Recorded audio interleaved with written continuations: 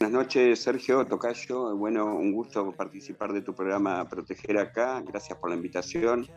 Un saludo a toda la audiencia también del programa. Así que para mí es un orgullo de acá de Paraná Entre Ríos poder, al menos algunos conocimientos adquiridos durante el transcurso de una carrera, dentro de acá dentro de la institución, acá en la Policía de Entre Ríos. Me retiró este año como de Recursos Humanos, llegando a la autoridad de Comisario General. Comisario general, no la tenía esa, Sergio, ¿eh?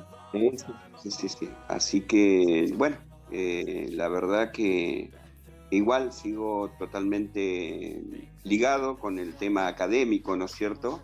Sí. Sigo ligado con el tema académico porque doy clase en todos los institutos de formación, ¿no es cierto? Y en la Universidad Autónoma de Entre Ríos, en la carrera, la licenciatura de Seguridad Ciudadana. En la que está ubicada en la ciudad de Concepción del Uruguay. La ciudad de Concepción del Uruguay, que acá la conocemos por la histórica, ¿no es cierto? Está bien, ¿Vos residís en Paraná o en Concepción del Uruguay? Eso no me quedó claro. No, yo resido en Paraná. Estoy a 286 kilómetros de Concepción del Uruguay. Pero bueno, tengo un poco de nostalgia porque fue mi primer destino dentro de la institución. Tuve casi 4 años trabajando allá y siempre es el lugar donde uno hace las primeras armas en la institución, ¿no? Está bien. ¿Extrañás el Instituto Universitario de la Policía Federal? Sí. Yo estuve en el Instituto Universitario de la Policía Federal del 1997 al 2000. Ahí hice la licenciatura en seguridad y aproveché también, hice la pericia en papiloscopía, ¿no es cierto? Y más allá también cursos que hicimos con el FBI, con delitos económicos, de toda clase de cursos. Mientras estábamos en el instituto aprovechábamos, ¿no es cierto? Porque nosotros éramos becados de distintas provincias, había distintas partes de otros países en ese momento. Me acuerdo que teníamos compañeros ecuatorianos, panameños, chilenos, o sea, y por ahí seguimos en contacto, ¿no es cierto? Entonces fue un cambio totalmente rotundo, ¿no es cierto? De la ciudad esta más chica, ir a la gran ciudad y aparte tener en contacto en el YUPA, ¿no es cierto? Para mí fue un antes y un después en mi carrera también, ¿no? Claro, no, sí. Y aparte sos abogado, tenés todo. Soy abogado, sí. Hago abogado, me dedico, estoy haciendo casos penales después que me retiré de la institución, porque a lo primero por una incompatibilidad. Y aparte hago casos de derecho civil, familia, qué sé yo, de todo un poco, o sea, hago de todo un poco la gama de lo que es la abogacía, ¿no es cierto? Siempre uno mantenerse ocupado y hacer distintas. Bueno, tuve la oportunidad también de escribir un libro, o sea, de cadena de custodia, un libro internacional, con varios autores de distintos países. A raíz de eso ahora fue en el 2018, antes de la pandemia, ¿no es cierto? Recibí un premio en la ciudad de Marbella, en España, ¿no es cierto? Así que tuvimos en Valencia, en Madrid, y bueno, el premio nosotros lo recibimos ahí en el casino ahí de Marbella. La verdad, una experiencia inolvidable, muy buena, ¿no es cierto? Sí. Bueno, estuvimos hablando en off sobre una definición filosófica de seguridad. Me encantaría escucharla y que nuestros colegas también se puedan nutrir de la misma, ¿no? A veces nosotros tenemos una cuestión, el tema de la seguridad ha sido muy bastardeada, ¿no es cierto? Sí. A veces por cuestiones ideológicas, ¿no? Sí. Yo siempre digo que más allá de eso, considero que la seguridad es el conjunto de condiciones necesarias para el desarrollo de la personalidad humana. Si nosotros, ¿qué configura esto? Esto configura que es parte de los derechos humanos, ¿no? Sí. ¿Y en qué relación tiene con los derechos humanos? Es porque hace operativo el resto de los derechos humanos. Ejemplo, los dos más importantes, ¿cierto? La vida y la libertad. Claro.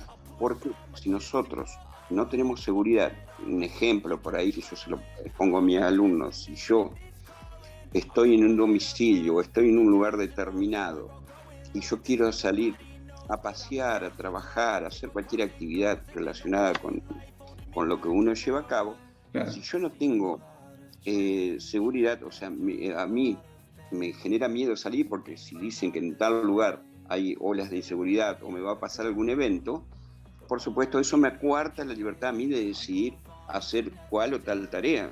Claro. Entonces, es muy importantísimo, ¿no es cierto?, que la seguridad entonces hace operativo el resto de los derechos humanos. Lo que pasa es que por una cuestión, ¿no es cierto?, que de todos conocidos, se llamó la doctrina de la seguridad, entonces por ahí fue bastardeada el término, ¿no es cierto? Claro. Entonces tenemos que tener mucho cuidado con eso, porque la seguridad, sin seguridad no hay orden público tampoco, ¿no es cierto? Y también está relacionado con los valores de justicia, porque esos valores de justicia, yo siempre me gusta tomar la definición que decía Santo Tomás de Aquino, ¿no es cierto?, en la Edad Media. Sí. Es darle a cada uno lo suyo, lo que le corresponde, ¿no es cierto?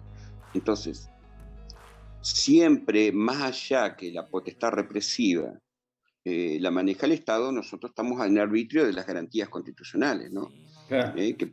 Yo siempre digo, les enseño a mis alumnos, las garantías constitucionales que están insertas en el 18 y 19 de nuestra Constitución, tienen que ser como a nosotros, como para los que ejercen esa potestad represiva, o sea, para el resto de la gente por ahí que puede estar escuchando el programa, tenemos que referenciar qué son las garantías constitucionales, porque todos hablan de las garantías constitucionales, hablan de los derechos. Sí. Bueno, hay una diferencia muy grande entre ellas. Las garantías constitucionales es el límite que tiene el Estado para ejercer esa potestad represiva, Claro. bajo esos lineamientos, ¿no?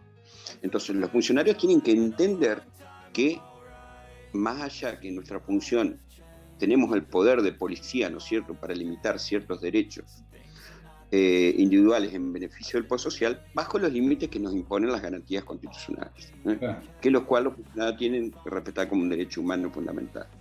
Entonces, por ahí pasa la cuestión, ¿no?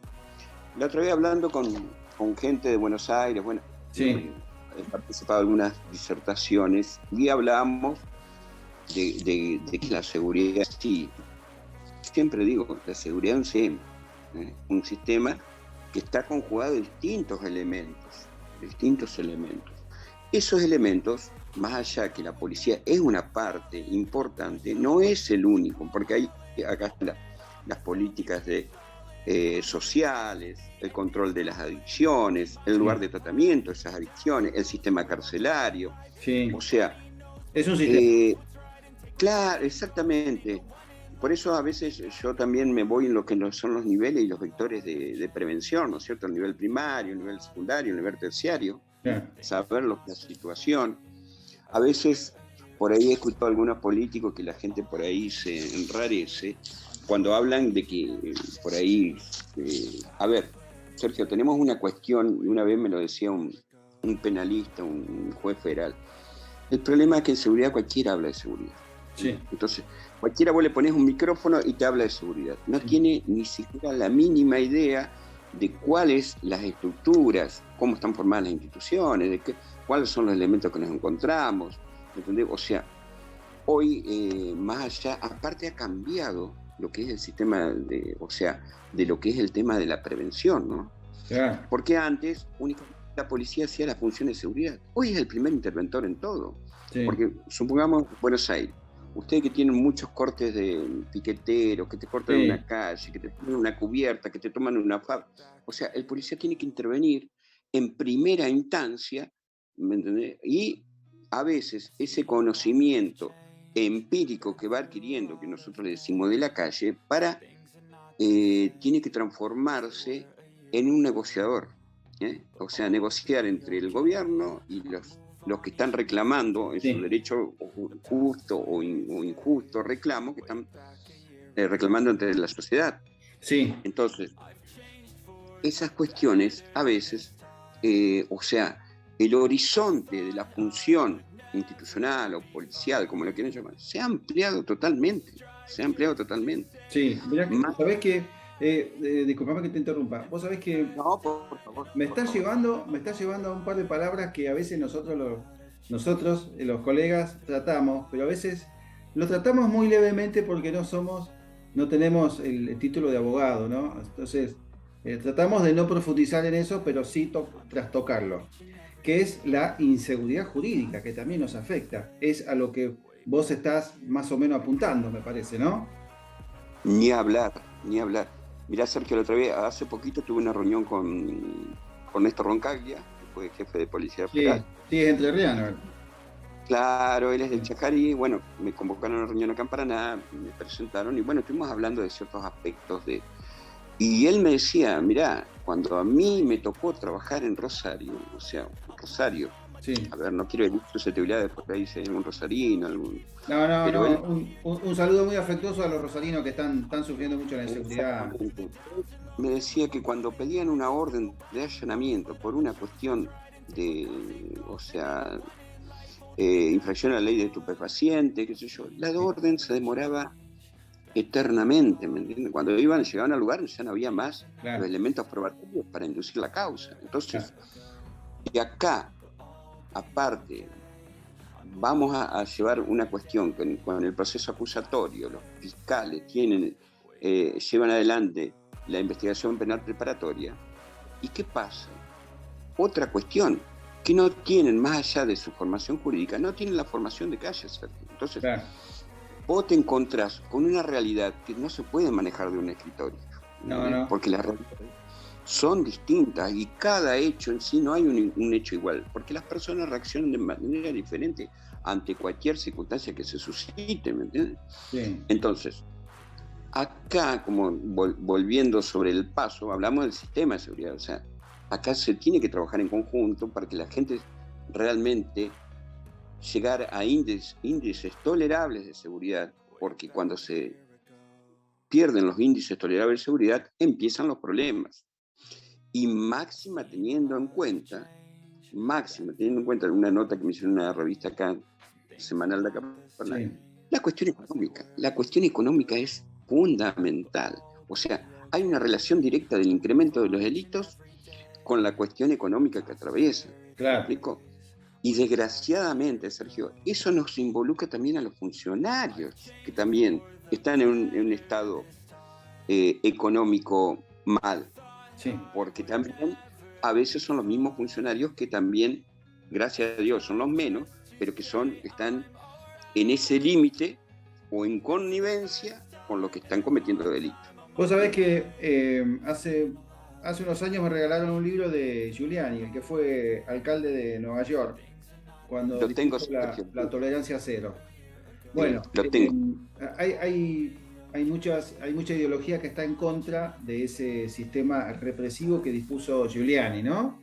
Hay muchos garantistas que no están de acuerdo con eso. Pero yo te digo una cosa, leer ese libro y ver cómo los poderes ejecutivo, legislativo y judicial se unieron para bajar los delitos en Nueva York es, la verdad, que trascendental, y qué bien que nos vendría eso, ¿no? No hacer un sistema represivo como el de Estados Unidos, porque tiene otra población, otra idiosincrasia, otra legislación, pero algo similar para poder aplicarlo, ¿no?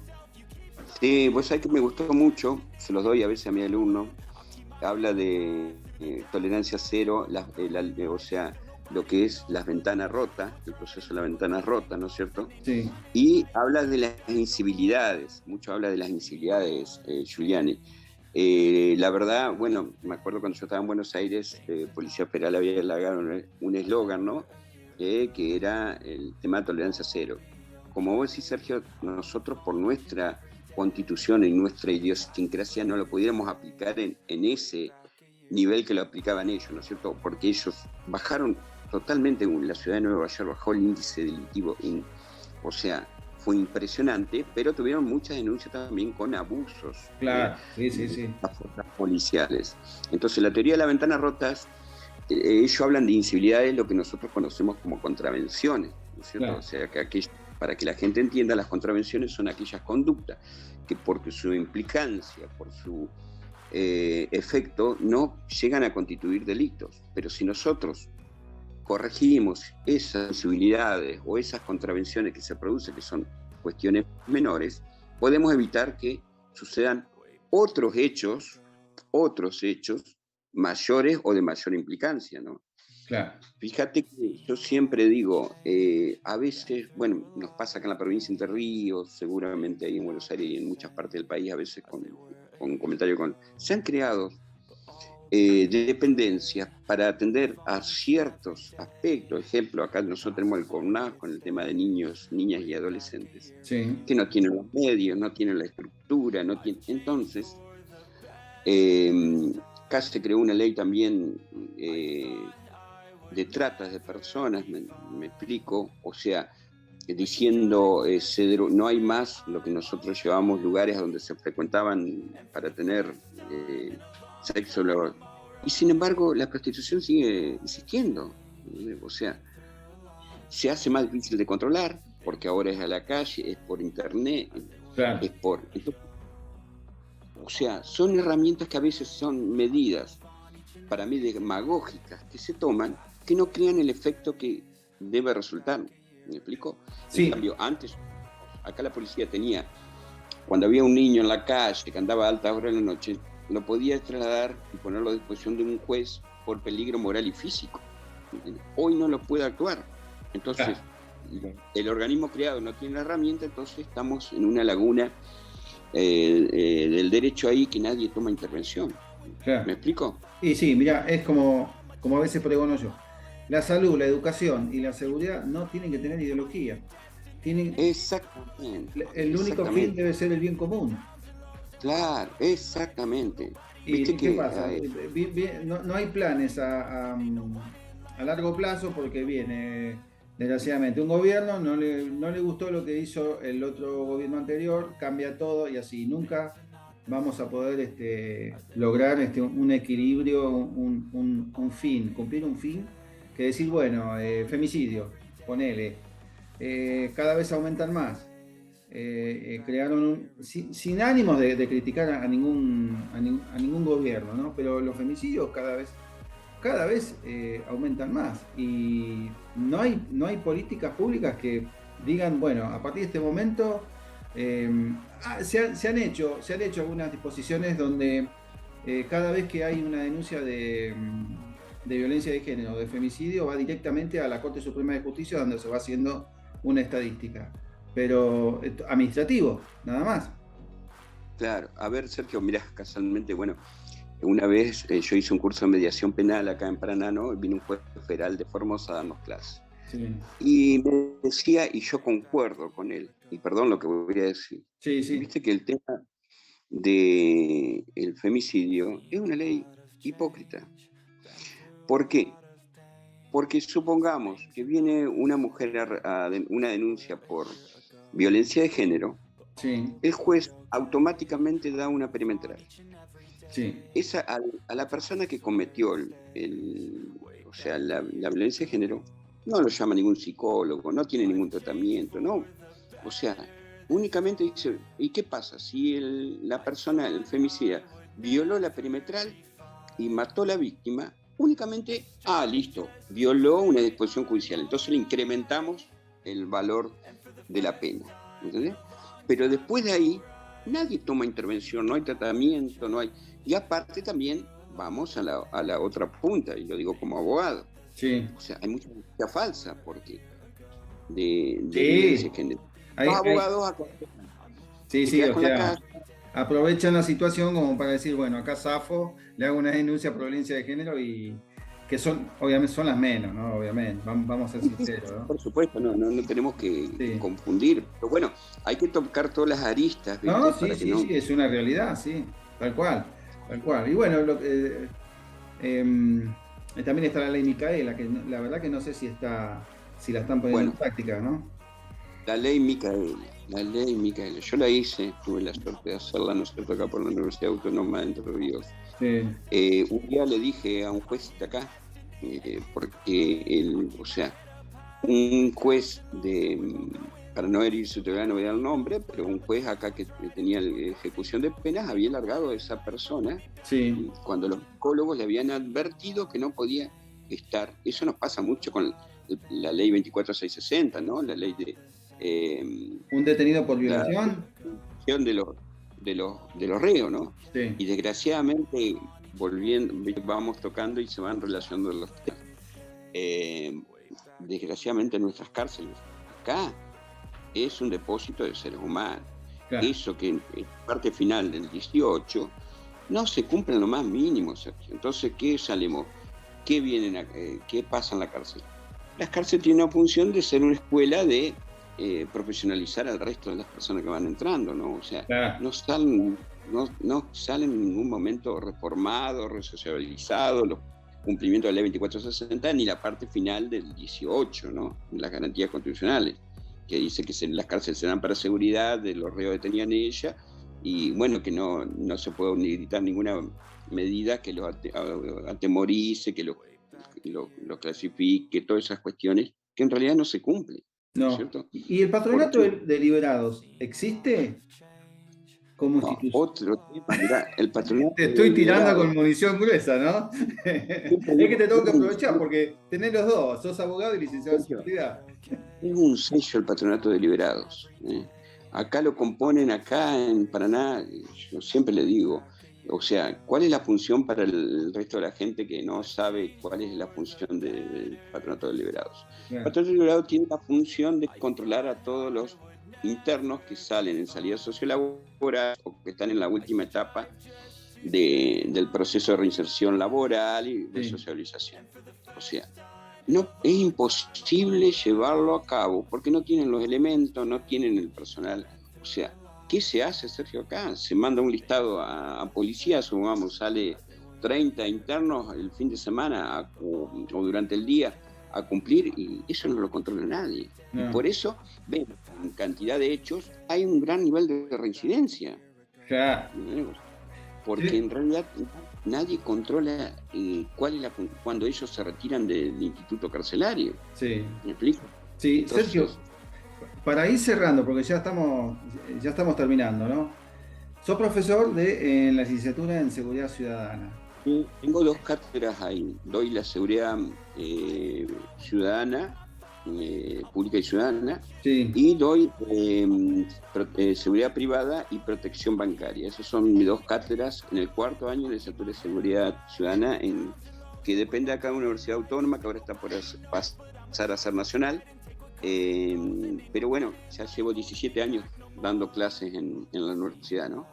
Bueno, yo siempre pido una reflexión de los invitados cuando finalice, pero en este momento me quiero dar un gusto y quiero hacer la reflexión yo. Cuando estuve estudiando la licenciatura en Seguridad Ciudadana, me hubiese gustado tener un profesor como vos, con la experiencia de campo que tenés y con tus conocimientos académicos, que espero ver algún día conocerte personalmente y ponernos a charlar, a tomar un café. Y bueno, un gustazo haber charlado con vos, Sergio. Sergio, te invito algún día que quieras venir a la facultad a dar una charla.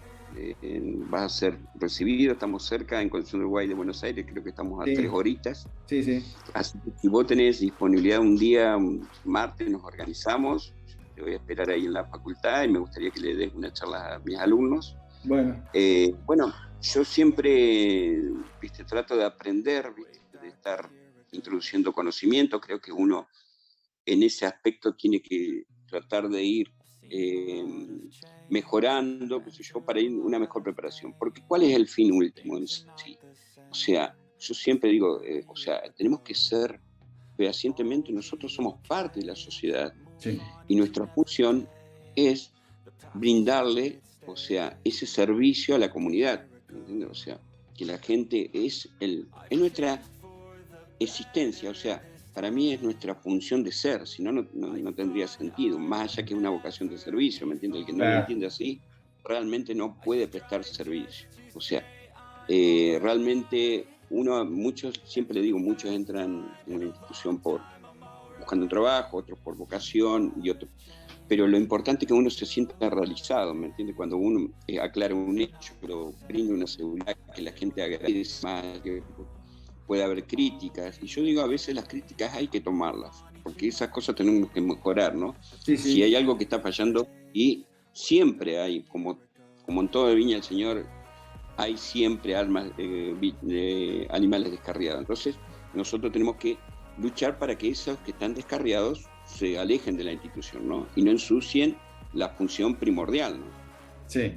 Bueno, Sergio, un placer, un gustazo, y la próxima, esto no va a ser la primera, vamos a tener una segunda seguramente para seguir charlando. Quedaron muchos temas, Sergio, para hablar. Bueno, el tiempo es corto, pero bueno, agradezco a toda la audiencia, queda decisión y por supuesto, bueno, ojalá puedas venir algún día realmente a conocernos, para mí va a ser un gusto. Sí, igualmente. Y bueno. Muchas gracias a todos y bueno, que tengamos una mejor seguridad y un mejor año para todos, ¿no? Bueno, igualmente. Gracias, ¿eh? Hasta luego, Sergio. Hasta luego.